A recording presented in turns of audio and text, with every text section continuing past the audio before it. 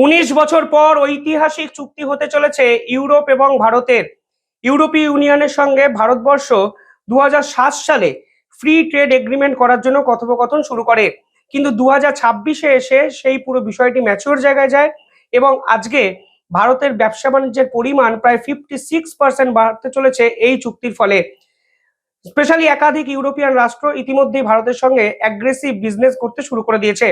Spain কিন্তু 1 বছরে তাদের ব্যবসা বাণিজ্য বাড়িয়েছে 56% এবং এই ব্যবসা বাণিজ্য বেড়ে হয়েছে 4.7 বিলিয়ন ইউরো। জার্মানি কিন্তু শেষ 1 বছরে ব্যবসা বাণিজ্য বাড়িয়েছে প্রায় 10%। এখন জার্মানি এবং ভারতের মধ্যে ব্যবসা বাণিজ্যের পরিমাণ 7.5 বিলিয়ন ইউরো। এছাড়া বেলজিয়াম, পোল্যান্ড সকলেই কিন্তু ভারতের সঙ্গে ব্যবসা বাণিজ্যের পরিমাণ বাড়িয়েছে। ইউরোপীয় ইউনিয়নের প্রেসিডেন্ট উর্সুলা ভন ডার এবং ইউরোপীয় কাউন্সিল প্রেসিডেন্ট অ্যান্তোনিও কোস্তা 27শে জানুয়ারির আগে ভারতবর্ষে আসছেন এবং 27শে জানুয়ারি সম্ভবত ভারতের সঙ্গে ইউরোপীয় ইউনিয়নের এই বৃহৎ চুক্তিটি কিন্তু হতে চলেছে।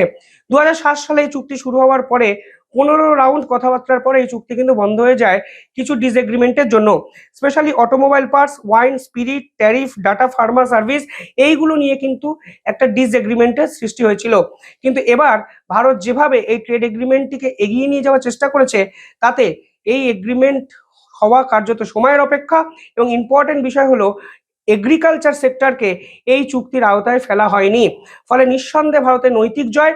যেখানে ডোনাল্ড ট্রাম্প ভারতের এগ্রিকালচার সেক্টরকে গিলে খেতে চাইছেন, সেখানে এগ্রিকালচার সেক্টরকে বাঁচিয়ে ইউরোপীয় ইউনিয়নের 27টা রাষ্ট্রের সঙ্গে এই চুক্তি নিঃসন্দেহে ভারতের ব্যবসা বাণিজ্যের ইতিহাসে সর্ববৃহৎ একটা অলংকার হিসাবে সংযুক্ত হচ্ছে। 1 বছরে ব্যবসা বাণিজ্য হতে চলেছে প্রায় 124 বিলিয়ন ইউরো এবং 60 বিলিয়ন ইউরোর সার্ভিসেস গুড প্রোভাইড করা হবে দুই রাষ্ট্রের পক্ষ থেকে। অর্থাৎ বড় ধামাকা দিল ভারত। ডোনাল্ড ট্রাম্পের হুঁশিয়ারির পরেও ইউরোপ এবং ভারতের এই চুক্তি জিওপলিটিক্যাল পাওয়ার শিফট পরিষ্কার কিন্তু করে দিল কালকেই।